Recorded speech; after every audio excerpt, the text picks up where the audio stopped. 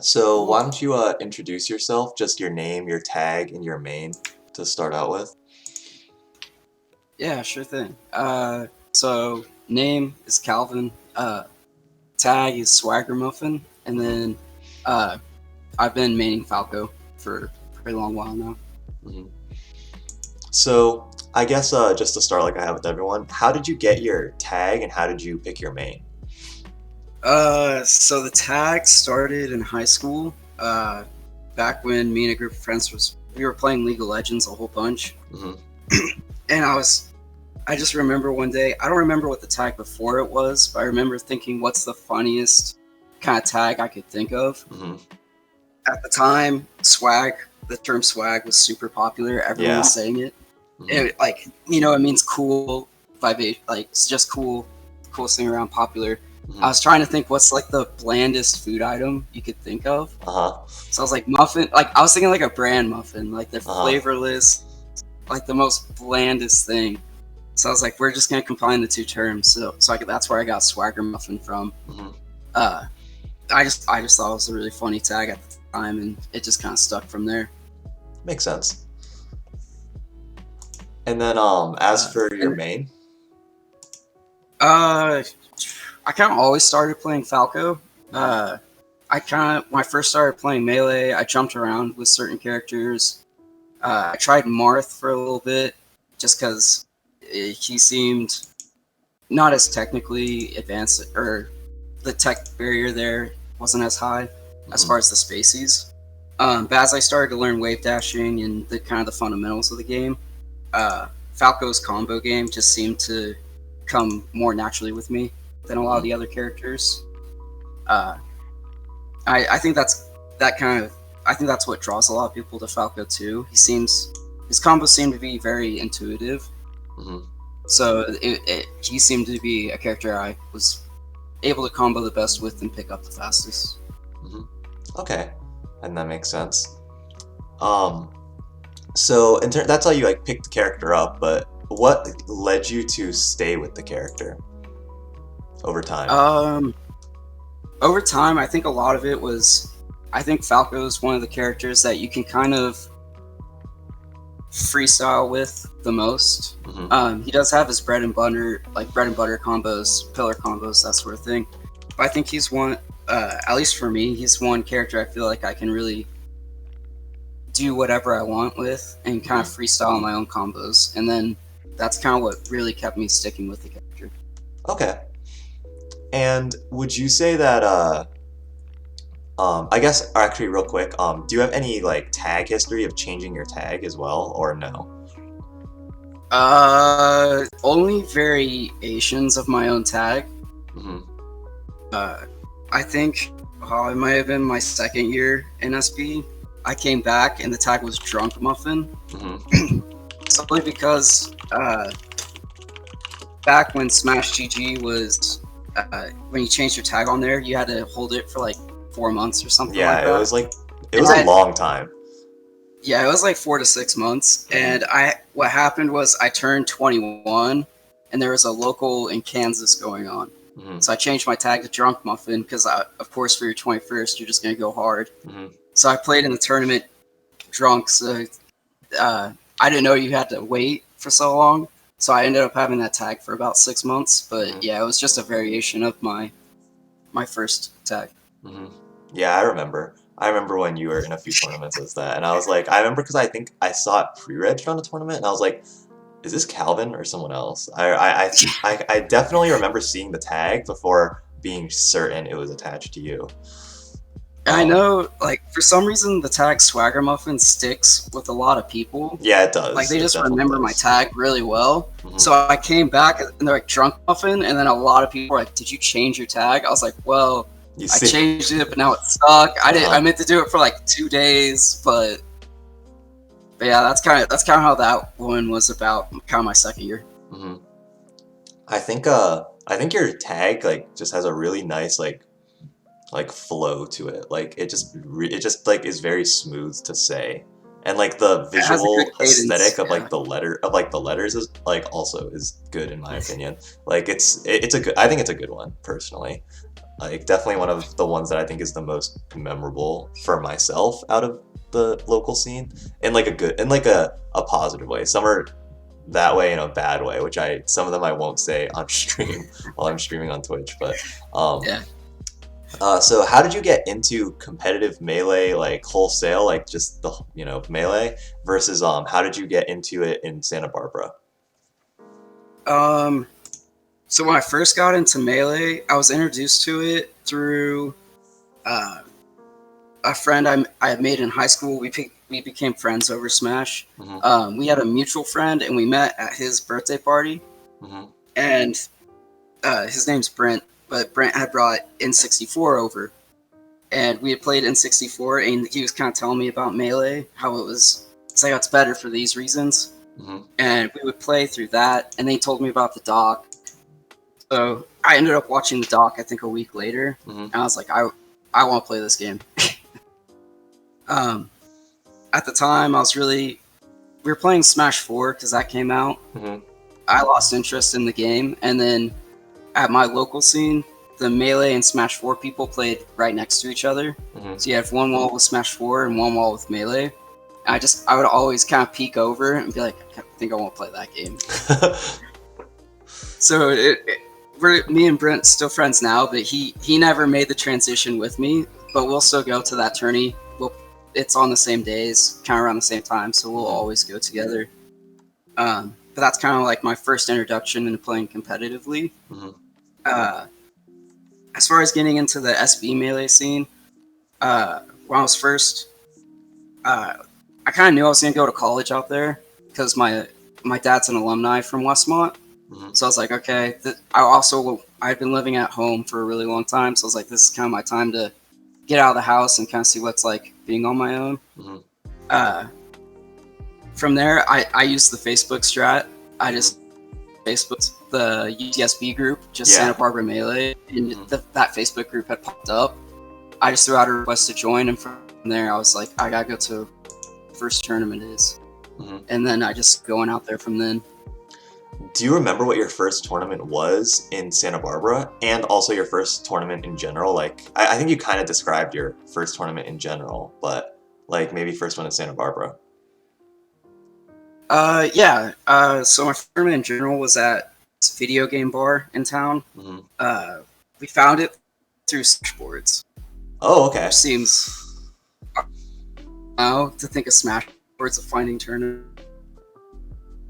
I found that one, and then for me, might have been a LAN. It's the earliest one I can remember. To I think it was a LAN. Because I remember there being raffles, and I just remember in a flannel and tie because I was directly at like a job interview. Hmm. But I was like, I dressed it, but it made people want to come up to play games with me. I'm pretty sure it was a LAN or a Gaucho gaming event. Okay.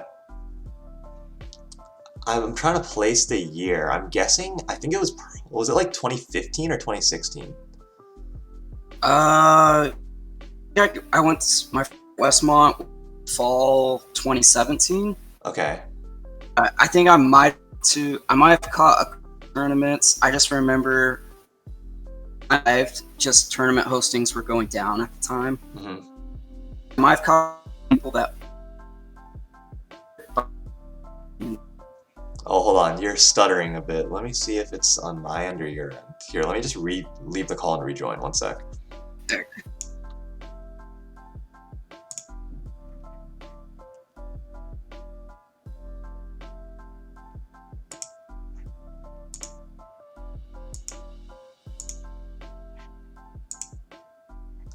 All right, I'm back.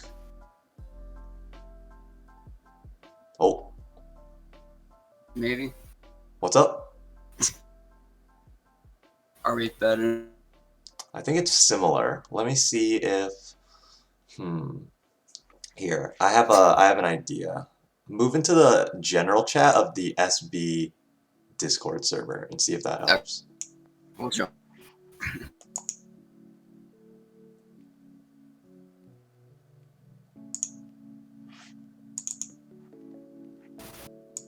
Alright, I'm not sure if this will be better or worse, but we'll give it a try. Oh, uh-oh. That Am I doesn't on the try. other side now? Oh, I guess we're reversed now. I'm not sure if this will work or not, but here, it looks like it's a little better, at least for now. So we'll roll with it. I'll just switch the nameplates.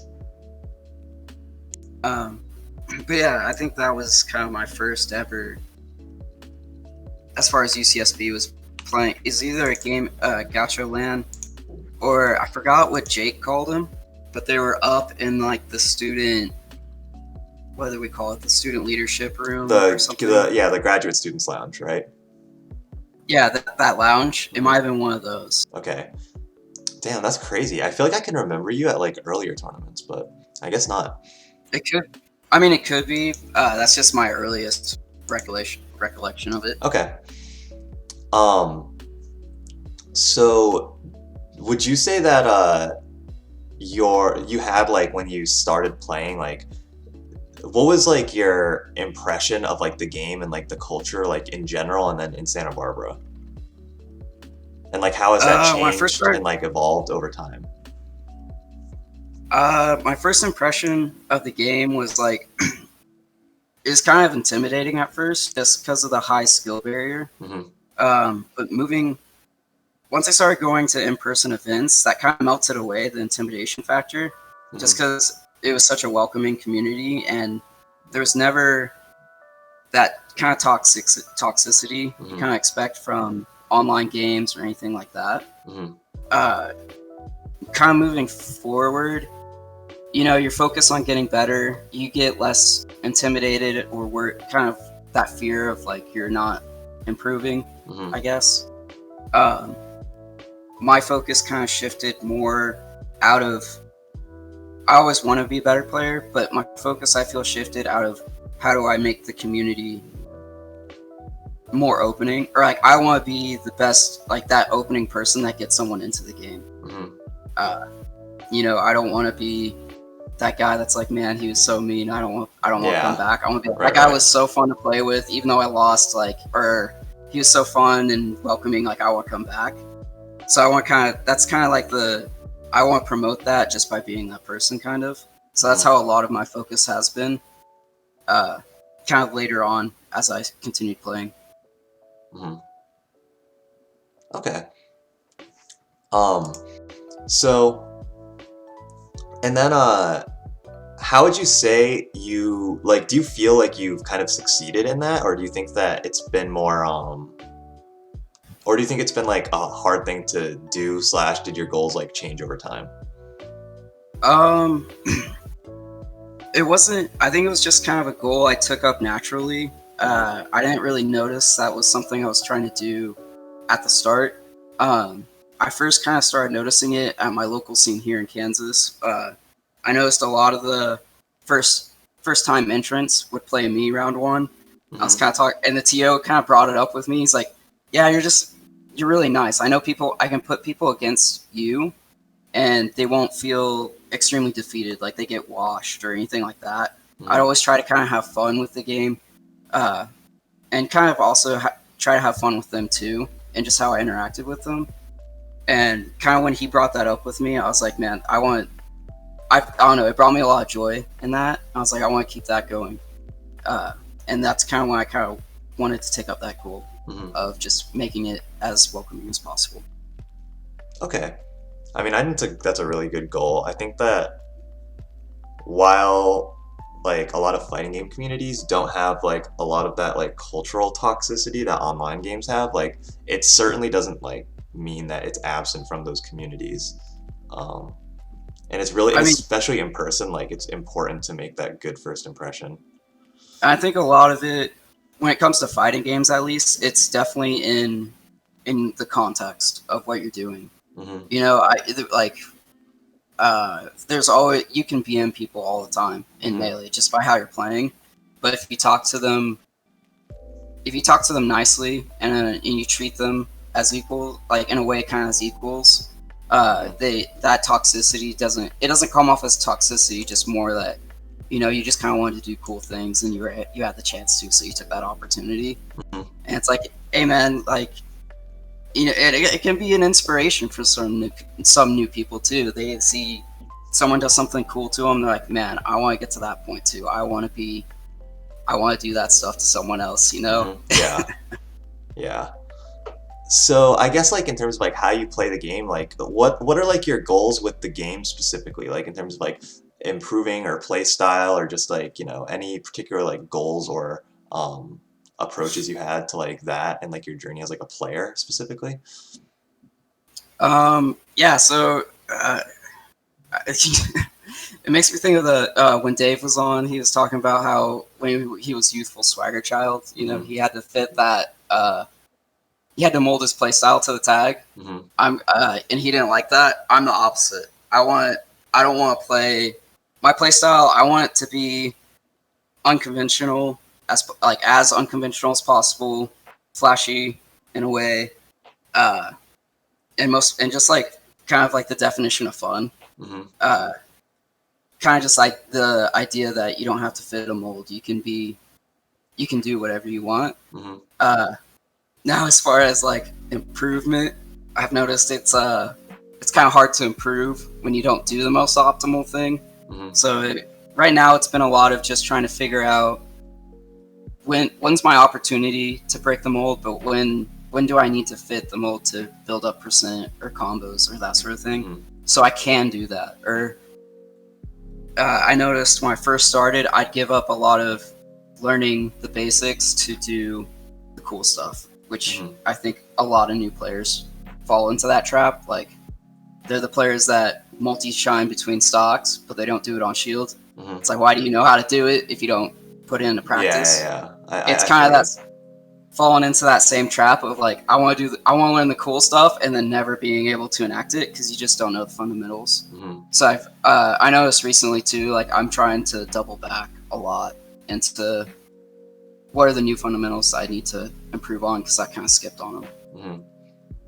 Would you say that any particular like player or players, at any level, inspired you to like play I guess not like a certain way, but like to go for like do you feel like you learned from any particular players like just by watching them, playing them, etc. like that you sort of hold as a standard for like having like good fundamentals or like a good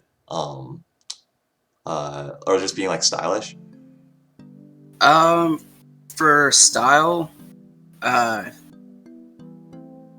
everyone says Mango as the Falco to like they idolize. Hmm. Not necessarily play style wise, but I think philosophy wise, I kind of vibe with Mango's play style. Hmm. Um, but for as like the fundamental, who I think has like the best fundamentals, but also kind of mixes in their own combos. Bobby Big Balls right now. I look at him a lot. He definitely has some more unconventional stuff, Hmm. and he just kind of embodies that like do what you want, have fun, but still win. Uh, but Ginger, of course, has got to be the most fundamental focused. Hmm. Uh, so that like Ginger would be my suggestion to anyone who comes in to really learn from, and then you can ditch Ginger and just watch Bobby for flashy combos. Hmm. Makes Uh, sense. I think at the start, I don't know. I just remember seeing PC Chris, and when he was playing Falco, I watched it. I was able to find a couple old VODs. I was like, this is pretty cool. I Hmm. kind of want to play like I want to play like him. Hmm. And in the doc, he's the cool guy too. So Yeah, I remember. I think that PC Chris is like a really I feel like he's one of the more interesting stories in Melee just because was he became so like known in the scene so long after he was really a part of it. Um yeah, and like I don't know, and like the he's like one of the I think the only people that is like that a lot of people sort of don't know. Like you just kind of hear that he was like a cool player or like a cool person. Like no one really experienced that. Like I didn't really experience him as like a person at all, but I remember watching sets with him in it, and uh, I didn't really get what made it like super cool at the time. But I didn't really know shit about the game at the time, so I mean yeah, that's kind of why. But um, it's really I think he's like yeah a really interesting case to like look back on because a lot of the stuff that I think that over time and I remember I know I've discussed this with MG, like things that are like cool start to like if they're cool and good, like they don't have to be like amazing, but like they're cool and good, like they'll work their way into that character's metagame like very quickly. Yeah, If there's they enough people become they playing the become the character. norm. Yeah, like Yeah, MG's example and was then always Shine turnaround back air as Fox, and he's like, yeah, but now yeah, everyone does it, and I'm like, yeah, I mean, it's true. Like, if people now can it's see not that as they can get cool. it, yeah, You see it yeah, 100 times, it's not as cool anymore. yeah. So it's really hard to do that consistently. But I agree that it's really enjoyable, and that's part of what makes the game. That's part of what makes the game fun is like making your own, having your own moments that feel unique and like earned. Yeah. Would you say that over time you've had uh I guess like would you say over time that you've enjoyed the game more or like the community? Like are you more attached to like which one is like the one that like grips you and keeps you in? For me personally, I would say it's community. Okay. The community itself definitely is what kind of Hmm. keeps me going to events a lot more.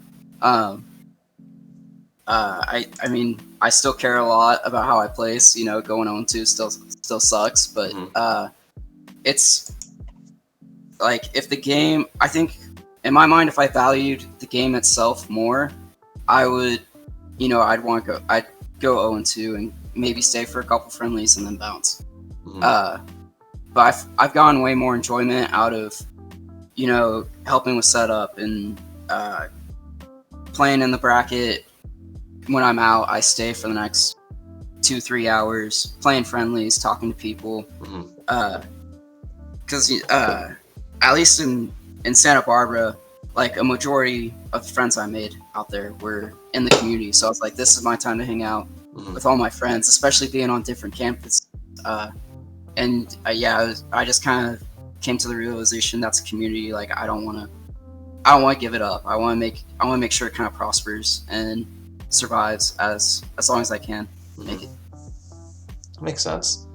Um, Over time as like a player, what would you say are like your biggest like struggles and successes that you've experienced for yourself, like personally?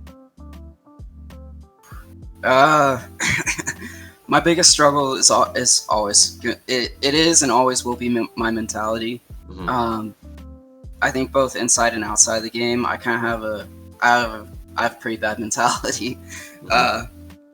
So I think that's kind of a big part of Melee that makes me want to stick to it because it doesn't not only does it grow you as a player, but kind of you can apply it to real life as well. Hmm. You know, when you're down, you can't just give up. You gotta fight back, Hmm. however you can.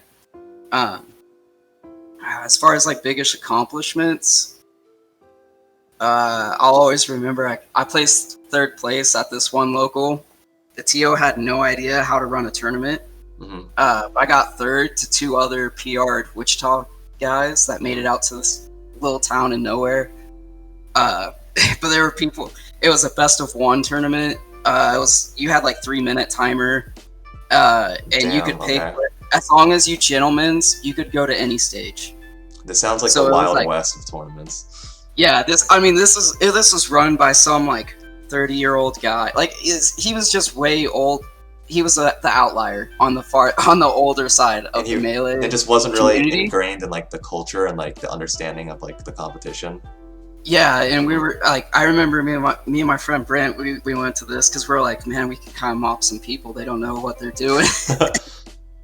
So it was in a way, it was kind of grimy because we're like, we know what we're doing. We can place high. We'll get a lot of games. Uh, But there was one setup too, so you had to wait for your match. this sounds so You could stuffed. hand warm. You could hand warm for like 30 seconds, but after that, you played the match. Mhm. So you would just wait and wait and wait, and it was we were like, this is the most, like, this guy has no idea what he's doing. He hasn't read what the official rules are, but it was fun. I got my picture taken. I was like, this is the highest I've placed, and then I started playing Melee in Wichita, and I was like, I barely touched the surface here. Mhm. because those two PR guys inevitably got me into the Wichita scene, and that's when I switched from 4 to Melee. Because I was like, I gotta dig deeper. Yeah, I think that's like people being better than you is something that a lot of people use as like, I think that's something that's very distinct in like fighting games in general, and also like, you know, Melee included. Like, is that like that culture of seeing someone better than you and getting absolutely like destroyed, and then just thinking to yourself like, I want to get there, or like I don't want to get destroyed. Like I want to get better. I want to not be someone people can just roll over. Whereas in a lot Yeah. of other games, I think the culture is just like, you know, before, I guess Slippy kind of maybe makes this less of a valid point, but like there's the point of just like, oh, like I'm just getting destroyed. I can just not play this person and queue up against another person, and maybe then it'll be more even. Maybe I'll just be able to destroy them, you know? Yeah. I mean, yeah. The way I kind of see it is fighting games is the closest you can get to actually fist fighting someone. So Like, when you get like beat, safely. it's like, yeah, like safely. Yeah. You could do boxing or whatever, Non-physically, but then yeah. you gotta work out. No one wants to do that. I'd rather play Melee or Street Fighter. And then, like, when you get absolutely washed in those games, it's like they beat you up in real life, and you're like, I want to come back. And I want to beat you up too. It's like that. Some people, like I said, some people it intimidates them. Other people, it fuels them. I think that's what's that kind of what sets fighting games apart in general to other games. That people just get hooked on it. They're like, Yeah. I want that anime villain. You know, who's my rival? Yeah. So I was actually just gonna ask that question. Like, do you feel like over time you've at any point had any rival or like rivals? I definitely have a Wichita rival. He's actually the head TO. We've gone. He's PR'd. Last time I checked, he was like 8 or 9, kind of the quote gatekeeper of the PR. But just playing him, our last couple tournament sets have always been game 3, last hit, last stock. And it's kind of always gone his way. So every time I come back, I'm like, Zach, I'm coming for you, man. I'm gonna get that game. So he's been like, at least for me, we're really good friends and all that. But you know, at least for me, I'm like, you're my guy to beat. I have to beat you.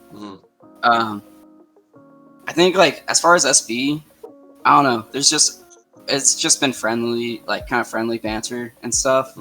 I'd have people that I would just gauge myself against a lot.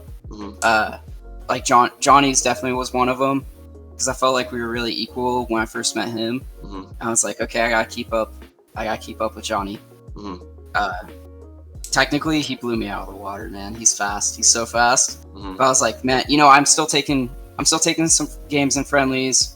I take a couple games and sets. I was like, okay, I can definitely keep up with him. I just need to play smart and, you know, fit to my style. So he was definitely someone I would say is a rival, more in like just judging how well I'm improving. Okay, that makes sense. And Chris. Now that I think about Chris, he's the only guy I played at Westmont. So of course the guy you play 3-hour sessions with, you want to beat him the most. Oh yeah. But yeah, again, same thing. He definitely improved way faster than me. I was like, I gotta keep up. I gotta try to keep up. Yeah. I know the feeling. I've played against a lot of people where I was the one they were trying to keep up to. Where they were the ones I was trying to keep up with, and ones that I completely blew out of the water, and ones that completely blew me out of the water. Yeah.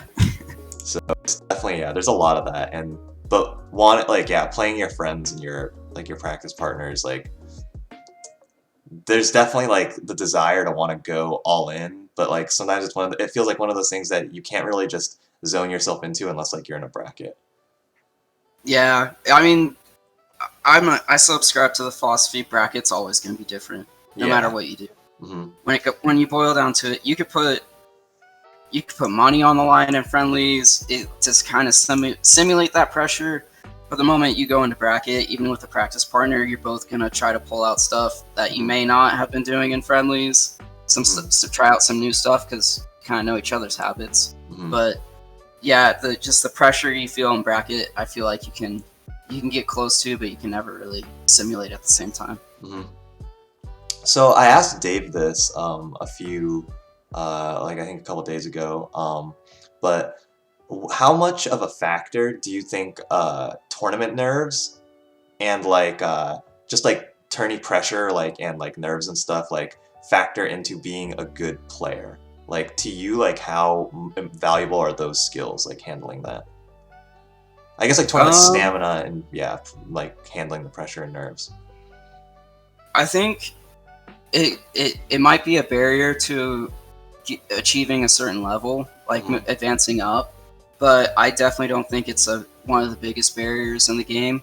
Hmm. Uh, how I kind of see it, I remember reading some article. I don't remember who really published it, but they were saying like tournament nerves don't really affect your tech skill that much.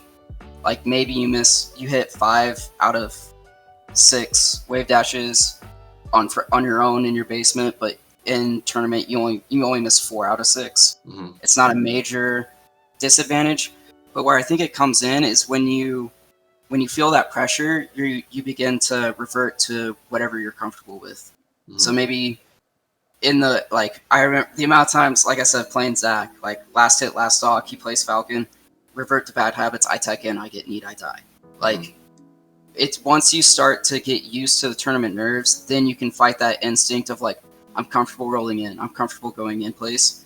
And then you start to fight through that like habit. Hmm. Which I think is, like I said, it's definitely a barrier because then once you can fight that habit, you can start to mind game more, hold your composure enough to be like, they're nervous too, so how do I play to that advantage, and then end up winning the game. Uh, but I mean, if you're really good and you got 2 stock lead, that's not going to affect you. So yeah, it's definitely a slight barrier in leveling up, but I definitely think it's a gate to unlock. Hmm. What would you say then? Like, cause you were kind of talking about like you like auto like kind of autopiloting and succumbing to that. What would you say is like some of your like good or bad habits? Like, what's your auto like what's the like the pros and cons of your autopilot? Um, at least for me, when I go on autopilot, I just kind of, I mean, when I first started playing melee, I would say my playstyle was brute forcing everything. Hmm. As I would just try to play as fast as possible. I wouldn't think about my approaches, so I do the same approach every single time, but Hmm. I would just try to do it faster. Or I'd be like, I missed that L cancel. It's gonna work this time, so I'll do it again. I never really thought about the game of like, what if I dash back instead? What if I shot another laser? What if I uh, kind of when I started to that's when I started to realize, okay, I'm autopiloting now. Hmm. Uh, and you can kind of sense it too when you start to hit that autopilot because you're a lot of your texts start to get read too. Um, so that's been like my biggest, just because it was habit with me to just try to brute force everything, to be like, okay, I have to think about the game now. Hmm. Uh, which is kind of also, I mean, when it comes to improvement, that's a fun barrier to break too, because I feel like at the start everyone focuses on their movement, their tech, like, Hmm. can I hit all these wave dashes? Can I hit all these L cancels? But once you start to feel comfortable in that, that's when you start to really play melee, and that you're like, okay, what is he doing? I don't have to look at my character. What's he doing? What's his habits? Hmm. And that's when you really start to think about the game. So, would you say for yourself, when you think of like melee and what it takes to be good at it, is it more important to be sharp on your execution or like your mentality and like ability to like adapt and like unravel your opponent? Like, or they could be equal, but kind of how do you perceive the importance of each of those to being a good player? Um, in my mind, I think for being technically like sharp and being technically consistent, let's say that, Mm-hmm. um, I think that will get you a little bit more consistency maybe in netting wins and sets. But I would say the argument is that having better mentality, being able to think, like picking the best option, think through everything, you're gonna have higher peaks. Mm-hmm. Uh, you can. It kind of boils down to, like I said, like you can multi shine 5 times, but if you can't figure out how to think and enact it, the guy's just going to bait you to do it, and then you're going to get punished. So I think you being super consistent will only get you so far, to a point where then you're going to have to start to think about how do I bait stuff out, and begin to think about the game more, where you can't necessarily just brute force everything by being fast. Mm-hmm. Okay. So I guess when it comes to like playing against people, what would you say is like the type of opponent that you prefer to play against, like in and out of bracket? Like, what do you value in an opponent? I think maybe in bracket, I value people who maybe call stuff out a lot more against me, because then I start to really see where the flaws in my own playstyle is. Mm-hmm. So even if I lose the game or win the game, I still take something away from it. I start to pick it up, like, okay, I have this really bad double jump habit. My Mm-hmm. recoveries are really predictable. At the same time, those players maybe, I don't know. Also, players just who aren't scared to speak up when they have advice. I know it can be intimidating sometimes, because you don't want to badmouth or like make them feel stupid, make the person you're beating feel stupid, Mm-hmm. and they're like, hey man, you always do this. Try doing this. Like, it can come off as like, I'm better than you, so you should listen to me.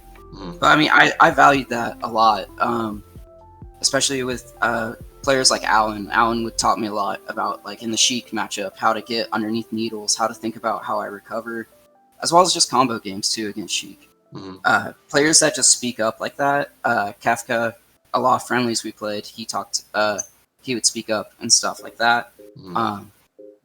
Just friendly sessions me and Johnny had were always fun too, because it was in a way, it was us trying to do the coolest combos against each other at the same time giving Mm-hmm. advice. So just in and out of game, it's the people that speak up, and you start to pick up that they want the betterment of you. They want you to. They're looking out for you in a way. They want you to get better. So they're just offering advice, and if you take it that way, instead of insults or negative criticism, you can really you can get a lot out of an O2 tournament by just talking. Yeah, I can agree with that. That's like I think that's a part of what makes entering tournaments and going to tournaments like really valuable for improving, is that you get to play against a lot of people that, like, your access to players is generally, at least, like broader than your own region, and like you can get exposed to new things, and therefore like there's a higher chance that you will recognize new potential situations, and that you'll be put into new potential situations or punished for situations that you don't usually get punished in, like with other people. And the bracket experience is good for like the handling like tournament environment and stuff, and like putting and like playing when things are on the line. But Yeah. I think that the big one is the accessibility to players. And like, I think another way to look at tournaments to kind of help people improve is think of it as a melting pot of ideas. Like, everyone has different ideas, Mm-hmm. different ways to counter stuff. So yeah, like you said, like, you're gonna get exposed to new scenarios, but maybe learn different counters, different scenarios to put opponents in, and that's gonna help you improve so much. Mm-hmm. I remember Scar was talking about in like the return, in his like him, Toph, and Mango's like return of the like Mango and Pals podcast, where like they did like an hour and 50-minute episode or something like that. I listened to it a few days ago, or maybe like a week or two ago, but Scar mentioned how sometimes like little things can just that like kind of help you rewrite your approach to the game, can be like just completely like earth shattering for you. Like, he was saying that I think it was Mango told him like you should try to make yourself harder to hit, and like he said that like that line just like completely like synthesizing that concept just totally changed like his outlook on the game, and like it felt like he like unlocked a new like way to approach playing. And I know for other people it's like stop put it like do like just like mixing up timing. It's like you always approach it the same rhythm, Like that's something Yeah, I noticed with a lot of people where like you don't care where you are on the stage, you just want to be near your opponent. Like you need to and like recognizing that like where you are on the stage like changes your options. Like there's so many like one-liners I guess in melee like for melee ideology that can just like open a completely new door for like thinking for a lot of players. yeah. I almost like to think of it like you're putting a puzzle together. Hmm. You know, that one line becomes that one piece that fits in just right, Hmm. and you have a broader picture of the game. So it's a lot of just, some lines aren't gonna stick, but once you find that piece, you definitely feel like I've got I've definitely like leveled up in a way. Hmm.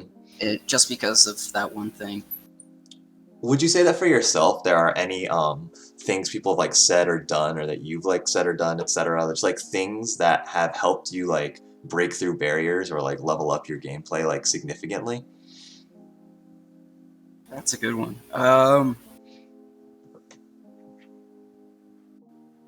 Kind of the final year, I was out there at UCSB. Um, Hmm. just in one of I was Nesto's taxi driver for the most part. Hmm. It was kind of one of the car rides back, dropping him off. He was kind of talking about like, uh, why do you play the game? Was kind of his thing, because I was definitely in a mental rut at that point of just like, man, I keep losing. My tournament results aren't improving. I felt like I personally wasn't improving, but that question in of itself of like, why do you play the game, made me come to realize like, I get a lot of value out of the community, but like just being happy with the game is going to help you improve overall in general. Hmm. So I was like, why do I keep putting in time investment? Why do I still play versus a computer for like an hour or something? Like why do I do that? And it definitely boiled down to like, man, I love this community, but I still want to win. So I was like, it gave me almost like a sense of purpose, and it Hmm. made me think more. I think a lot of the time I focused on everyone else in a way that I wasn't spending time focusing on myself internally on how I. Oh, all right, you guys. This is the proverbial Discord crash. Don't Play. worry, we'll be back shortly. This just happens. All right, we should be back. Ah, Yeah. there it is, the proverbial crash. Just like I said it would happen. All right, sorry. You were just No, talking I about got it. focusing on yourself when I cut out. Yeah, like that question. It was the question. Like Scar said, it was the key that unlocked the door. Of like, I realized I was focusing on everyone else, but not so much on myself internally Hmm. as a player. Um, I give advice when I could to others, but not. It's kind of like giving advice, but not taking your own advice in a way. Hmm. Uh, because I would definitely be like, yeah, you kind of do this habit all the time, and then realize I do the exact same habit. So, uh, I felt like I was focusing on improving others more than improving myself, and that's Hmm. kind of where that question went to, as well as like, I got more enjoyment out of it when I realized, I go to these things to hang out with friends, not necessarily just to win. Right. Would you say that, uh, how would you say like talking about like going out and doing that stuff and like really enjoying like setting up like a lot of these physical elements, like what are your thoughts on the sort of involuntary transition to sort of online play and like that whole environment versus like more traditional like offline environment? Like how has that been for you, and like what are your thoughts on that like personally and like broadly? Okay, for me, I mean, it's definitely killed my. At least for me, it's kind of killed my motivation to play more. Hmm. At the start, I was definitely trying to do online tournaments as much as I could. Hmm. Uh, but just when you're not sitting in front of the person, I noticed for me, I tilted so much easier. Hmm. I was just like, man, this is dumb. Like, if it was CRT, like, even if there's like kind of a little lag spike, those thoughts kind of creep their way into your mind of like, I wouldn't have messed up if it didn't. Like, if this was LAN, if this Hmm. was LAN, I would have won. That kind of breaks into your mind a little bit. So I noticed I started to think like that. So I made the decision for myself that I'll play friendlies online, but I won't enter tournaments because it's just I go to headspace, kind of fighting that bad mentality. Mm-hmm. I was like, I'll definitely go and land because in person, again, I can ask questions. Why did this not work? It's harder to make excuses. Mm-hmm. But I mean, as far as the force into online as a whole for the community, as Melee in general, I think it's. I mean, with Slippy coming out, we were gonna have so many new players coming in, Mm-hmm. and it's just breathing fresh breath into the scene. Mm-hmm. I know definitely when they started canceling in-person tournaments all the time, when it first came out, like no in-person tournaments, I was definitely worried because I just remember always hearing on commentary like tournament entrance went up again, and this is the next highest tournament. Mm-hmm. We have this many entrants for Big House. This has been the biggest Big House. This has been the biggest Evo at the time for Evo. I was like, man, like this could like we start to see a dip. I wasn't necessarily worried about the game overall dying, but I was definitely like we could see a dip. And then the Lord and Savior Fizzy dropped Slippy at the perfect time to get not only new players, but to keep the game alive itself. And I think it'll be really interesting when LAN comes out to see how many people will, take the jump into going in-person events, or if they'll stick to the online because it's easy. Mm-hmm. Yeah. No, I agree. I remember I asked I forget who I was talking to. It might have been Spencer I was talking to about like or it might have been Dave about like differences in like online and offline play, like things people might experience differently. And I remember one of the things that I was wondering about is, or like that I didn't bring up during that time was, I wonder if people are going like, because there's like two ways to look at this particular situation in my opinion. Because people are playing so many more different people and are generally, I think, having less like practice partner-isms. Like they're not like as isolated to like who they can play against, and but not only that, like they're more likely to be playing like a broad number of people and not really playing any one person super consistently or like any small group of people.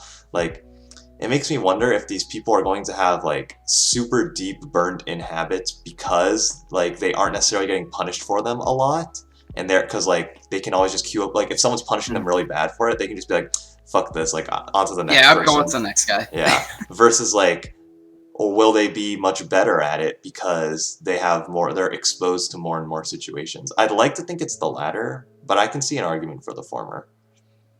Yeah, I can see that. I just off the top of my head, how I'm thinking about it is that those would be things they'd have to encounter anyways on LAN. Like Yeah, you're gonna definitely. get Over red, you're time. gonna have bad habits. It's just those people, their experiences are accelerated a little bit, and that they can just move on to the next one. Mm-hmm. And at the end of the day, you're gonna have to face your demons and your habits. Mm-hmm. So it's gonna boil down to their like, man, forget this game, I'm done. Like I can't improve. Like they kind of it's the mental blockage we all face in our habits of like you either overcome them or you decide I'm done playing. Yeah. Or it's like it's just not worth it to improve it, and you just kind of find it's complacency almost with where you're at. like it's almost an accelerant to that because you'll start to figure out what your habits are. Mm-hmm. You'll fix them or you'll quit or you'll stay where you're at and just move on. Mm-hmm. LRA start Z next person. Yeah. But you'll never break the next barrier.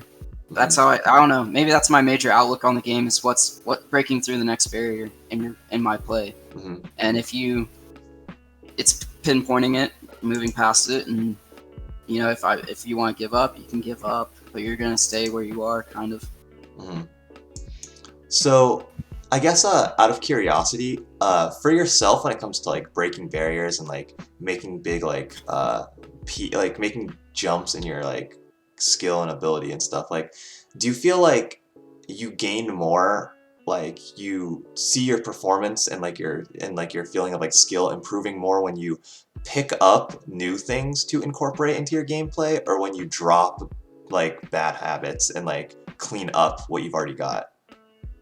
I think for me personally, I'd say it's a bigger increase when I drop bad habits, because then you start to get away with not get away, but you start to live longer in certain aspects. Like if you have bad recovery habits, and you kind of drop those, you start to realize, man, I'm living a lot longer. I'm either taking more stocks because I live longer, or I'm building more percent to trade a stock as fast as possible. Mm-hmm. Um, that's kind of like, I think I've seen more improvement in that aspect, but you feel way more fulfilled when you incorporate that new tech you learned into your gameplay, and you're like, man, this works. Like Yeah. something in your gut, you're like, this is the best feeling. Mm-hmm. I think with that, it kind of depends on what tech you're incorporating. Mm-hmm. If it's something that nets you more openings, like that can be a major improvement for you. Mm-hmm. But if it's a bad habit that kills you 3 stocks out of 4, like that's also a big improvement. I just think maybe incorporating new tech, you get the more satisfied feeling out of it, because it's not kind of ingrained in you as much. Mm-hmm. Whereas if you break a bad habit, you're just like, I'm not double jumping now. Mm-hmm. Whereas in new tech, you're like, man, I wave land, dare, shine off the top, something like that. You're like, man, that was cool. I do that all the time now. I feel this is awesome. Mm-hmm. Would you say, I guess like this is a smaller splinter question, like I was gonna ask like if there's anything that you've been doing recently that you think is like particularly like fun, or like what the most recent example of both of those are for you, but I guess you kind of answered that. I guess it'd be like more specific. I guess like now through COVID, and like I kind of said, I wasn't doing online tournaments at all, pretty much. But I'll still play for like an hour or two here and there, just to keep the text to go up. Yeah, I feel that for sure. But I've definitely been leaning more towards breaking habits during this time. Mm-hmm. And just in that, I'm starting to notice, like, feel more validated in the time I'm spending in it, which I think it's kind of it's the comparison of short-term rewards versus long-term gains. And incorporating a new tech, it's that short-term reward, inevitably it becomes habit. Breaking a habit, in the long run, you're like, man, this is really working. So recently I definitely leaned more towards breaking bad habits. It's been like trying not to noob jump, as Mango called it in that video. Just immediately double jump out of stuff. Like that's been pretty rewarding, because I'm starting to realize, okay, I can jump at this point. It's a perfect ledge grab. Can't get hit out of it, and like that's starting to become rewarding to me more. Mm-hmm. And then, okay, that's really cool. I think that, yeah, breaking habits. I mean, I think breaking habits, like, I think both of them provide like an immediate and long-term reward. Sometimes it's hard to notice though, like, because sometimes a habit you break doesn't really, like, the thing you do to sort of fix or replace that doesn't happen as much, like, or it's hard to notice. Like, for example, if you're, I don't know, let's say if you have a bad habit of like doing this particular thing out of shield, and like you get punished for it by like some players but not all players, like fixing it can sort of feel hard to almost notice sometimes, because you're like you're doing it better, but I get what you mean by sometimes you don't get like an immediate short-term thing. But then, I think a similar thing is with like certain tech interactions. Like something I've been really enjoying doing recently is against Marth Nair, when I predict them when I read them like coming off the ledge with a Nair, I'll purposely short hop into it, SDI it up, and then down air them, and it kills like every time. And I think that's like really, because they're still like floating right above the edge, right? Yeah. And it sends them an outward angle. Yeah. And I think that's like super fun, but it's like really rare that I get to actually like do it. Like the more common thing is I just get out of Nair when like I read it in a punish. Because I don't know if you can react to the startup of Nair with SDI, but that's like something that I'm like, oh, this is so cool, but like I barely ever get to do it. Whereas like a habit I've like broken recently is that I've gotten a lot better at like basically mixing up my tempo off stage, like staying in shine for different periods of time. Like I've been trying to do a thing recently where I play melee with a metronome on in the background, and I use that to like more actively switch up my rhythms. And so I'm making sure that I can like have a really discrete understanding of like what my rhythm is and how to mix it up. And like so like mixing up my rhythm that way has been like really satisfying, because like I was getting kind of fucked for a lot of like basically I had like kind of like three recoveries, like or there were recoveries in certain spaces that I would always do. So it's not like I had like a super linear recovery, like just like one option all the time, but it was like in every situation I only had like one or two options. Whereas now I'm trying to make myself have like four or five options in like all these situations that I can like incorporate, and that's kind of like helped me recently. Even though like the concept of like playing Melee with a metronome before, I was like, this is like weird. Like, why would I do this? But I can see the appeal, but it sounds like something that I don't actually know would help. But I just decided to try it, like literally just like 2 days ago, and I'm like, wow, this is like really cool. My idea is, even if you think it's dumb and pointless, it doesn't hurt to try it. Yeah, I agree. The metronome thing made me laugh because we had there's a Captain Falcon player here in Kansas. Or in Wichita. He figured out whatever the beats per inputs for hack stashing was. Mm-hmm. And Oh he yeah, like would the rhythm, practice, like the literal rhythm. Yeah, the rhythm of doing it over and over. Mm-hmm. And then he would play songs with the exact same beat when he practiced. Yep. So he'd do it to the beats of the song rather than a metronome. Maybe it like kept him in tune more, or he more interested in listening to the song. Yeah, it's a little less sterile. That's how he learned it. Is he ingrained that beat of different songs with the same beat into how he did it. Mm-hmm. So I was like, that's exactly the same thing with the metronome, like just mixing up kind of how your flow of the game is. Yeah. Would you say you have like a practice routine, or have ever had one that like just something that you do or did at any point, like that you would say is, or I guess more broadly speaking, just how do you practice the game, like, and how have you over time? In the beginning, it would always be playing. I'd start off just moving on a stage just to get used to the character, Mm-hmm. or playing Falco and just wave dashes, L cancels, that sort of thing. Mm-hmm. I imagine we're talking beyond just learning the fundamentals here. Mm-hmm. But at the start, because I didn't have a lot of online options at the start, I tried NetPlay. It didn't really work for me. Mm-hmm. So I would just boot up level 3 computers and then swap. I do almost like a circle on the character select screen. Okay. And just, I always picked level 3 because I think that's the lowest you can go, but the random DI. Yeah, I believe that that's the case as well. I think someone told me that, and I just took it for a fact. I was like, okay. Yeah, I don't know I know I've heard the same thing though, so I can at least verify that that's a sentiment that exists in the community.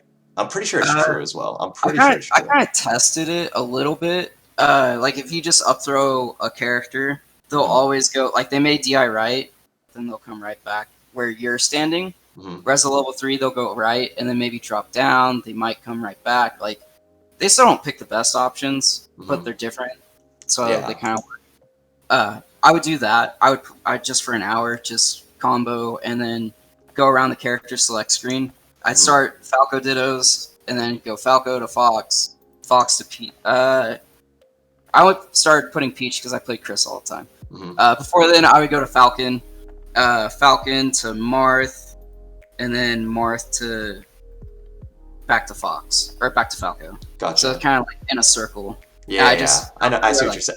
I can envision it on the character select screen. That way, you kind of get every weight in a way. Mm-hmm. Yeah, once I started playing Chris all the time, I was like, I gotta play floaties now. So I was like, Peach. Puff isn't. Puff. I noticed Puff wasn't the best to do that with because they don't. The computer doesn't jump in a way a person does with Puff. Yeah, so that makes sense. I'm wasting my time, so I just skipped her. Mm-hmm. But now, how I practice now with Slippy being more available, it's just I do a slight warm up for movement in the client, and then I'll go and just play for however much time I have against people, and then I'll just pick a thing I want to focus on. If it's punish game, I'm like, I started to drop the win or lose mentality. Like I always want to win during friendlies. I'm like, I gotta drop that if I really want to focus on my habits. So I'd say my focus is recovery now. The entire time I could get 4-stocked, but I'm focusing on how I recover, mixing it up. The next time is punish game. The next time's neutral. And then I'd also have a Google Doc open. I'd be like, what am I doing that's not working? I just write it down. So I'm like, for next time, this kind of falls in the punish game field. I'm dropping a lot of combos for this reason. Let's focus on it the next time. Yeah. Okay. I think that's cool. Like that's a pretty understandable evolution, I think, over time. Since we're getting around the hour mark, viewers, if you guys have any questions, please write them down. Please send them in chat right now. I'll get to them. And I just have a couple more, like 1 to 2 more questions, or 1 to 2 more questions slash topics. So, in terms of matchups and stuff, because you were talking about like all the different characters and stuff, like both player matchups and like character matchups, like what are some of your like favorites and least favorites? Um, I think for the end of time, least favorite's always going to be the Ditto. Because it just boils, for me, the Falco Ditto always boils down to like, this guy, like, I still think about it when I do Slippy. I'm like, man, this guy's combo game is so much better than mine, but it's almost like an insult, because then you're like, I could do the exact same thing to him, but I'm not. So Yeah. like that kind of is like, it almost irks, it just gets to you. So that's the Falco Ditto is always going to be my least favorite. Um, I kind of classify it as player dependent as for that one. Mhm. As far as my favorite matchup goes, I tend to have a lot of fun playing Mars actually. Mhm. I think Marth Falco it's a really fun matchup because one kind of destroys the other, and they can do it vice versa.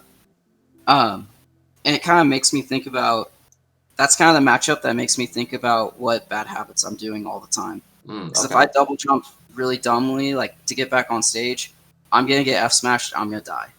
But if I do a bad approach, I get grabbed and I'm gonna get punished really hard.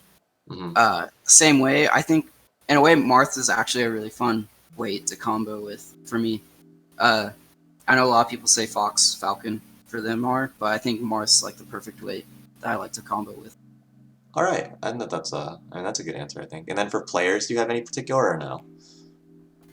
Favorite player to play against is gonna be Johnny.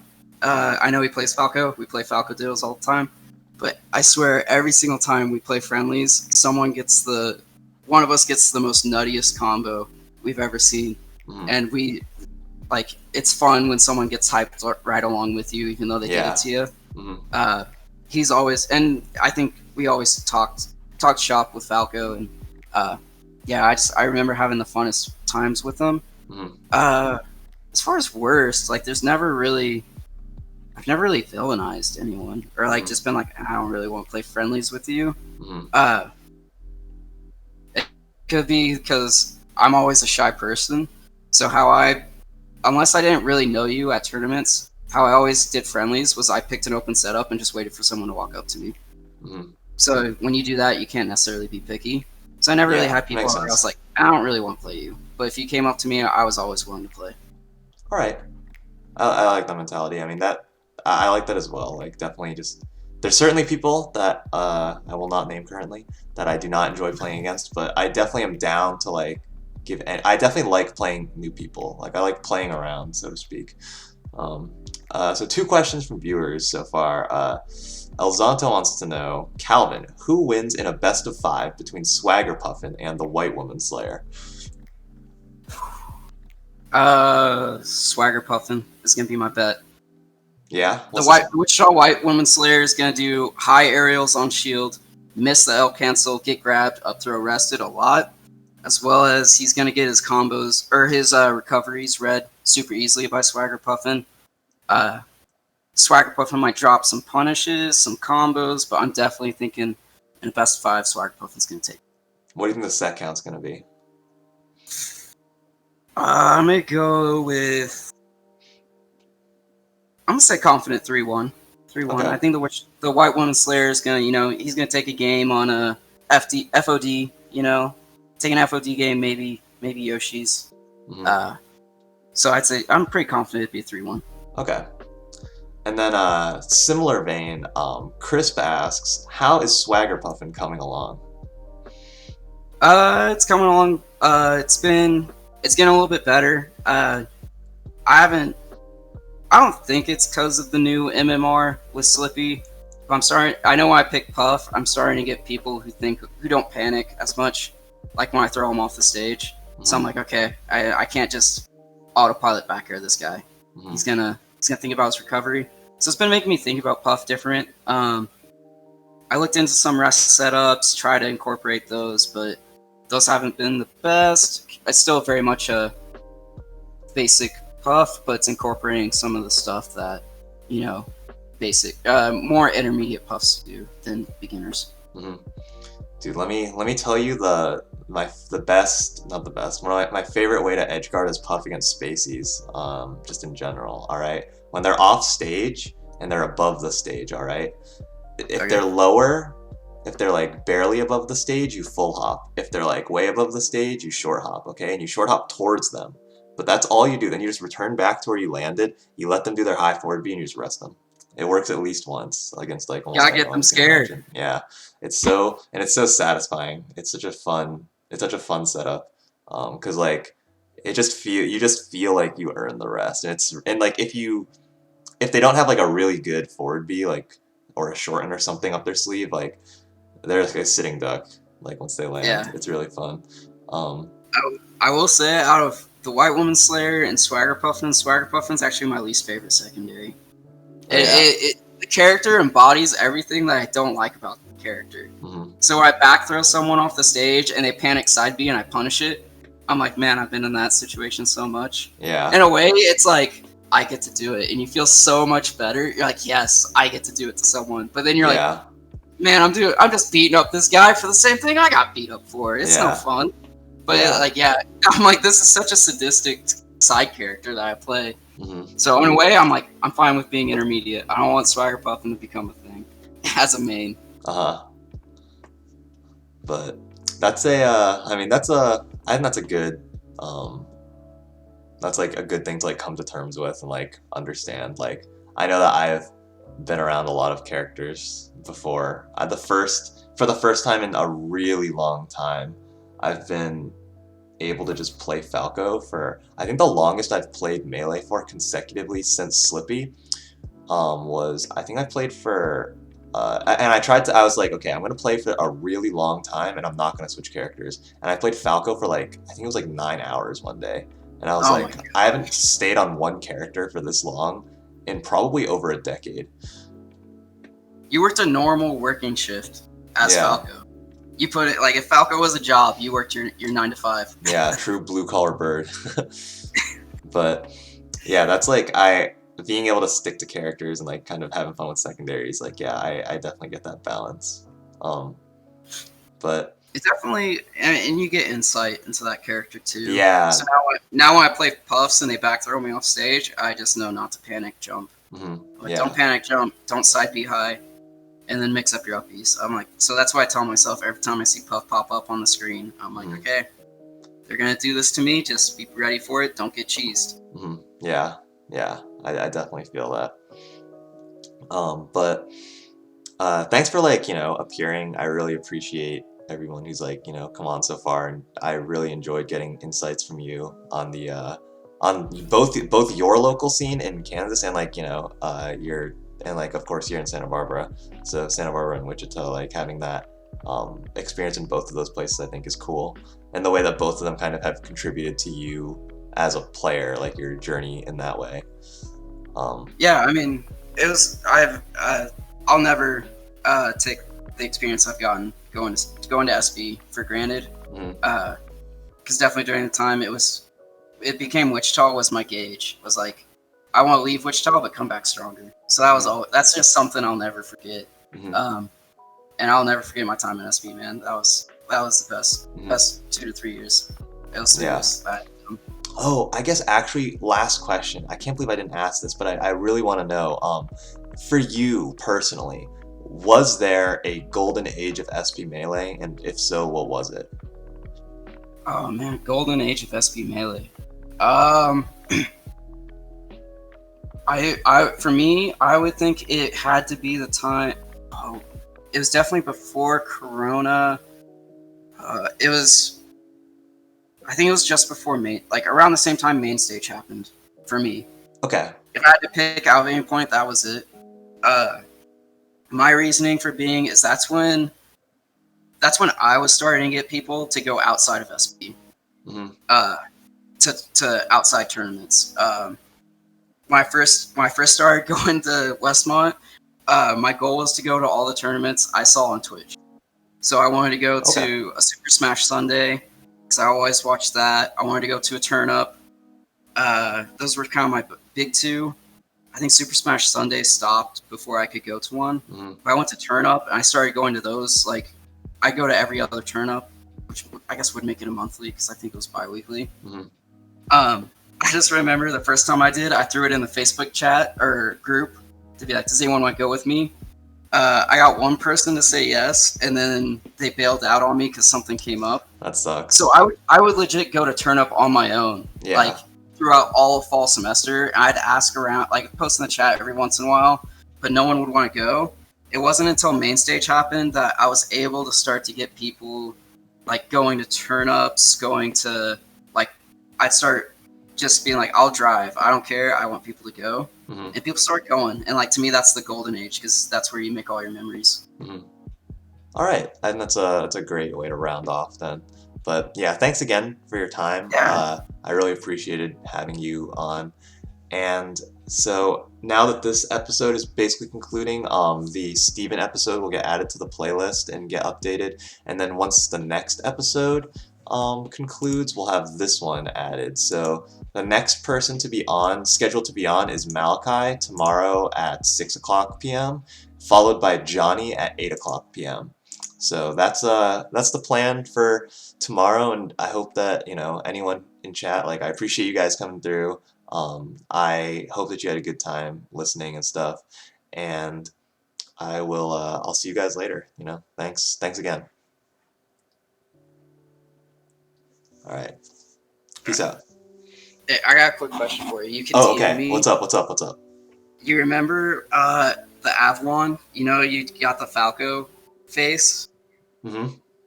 I've legit been thinking about what move could have caused that face ever since you brought it up. You don't have to tell me now. You can DM me. But what is that move? I gotta know. It's been haunting me ever since you asked. Okay, I'll think about it. I'll think about it if I can remember. But I'll let you know. I'll try I just to remember get your white the whale. only hint. The only hint you gave us was like, it's one of the worst Falco moves, and if you use it, I'm ashamed. Okay. All right. If you remember, just shoot me a DM. I will. But I'm I'll like, let you know. what could it be? It's been haunting me. I'll let you know. All right, but All right. I'll see you later though. Thanks for everything. I'll see you. I had a lot of fun, man. Yeah, me too. All right. Peace out. See ya. Yep, bye.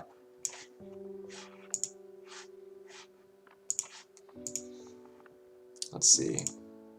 All right. So, just another one in the book.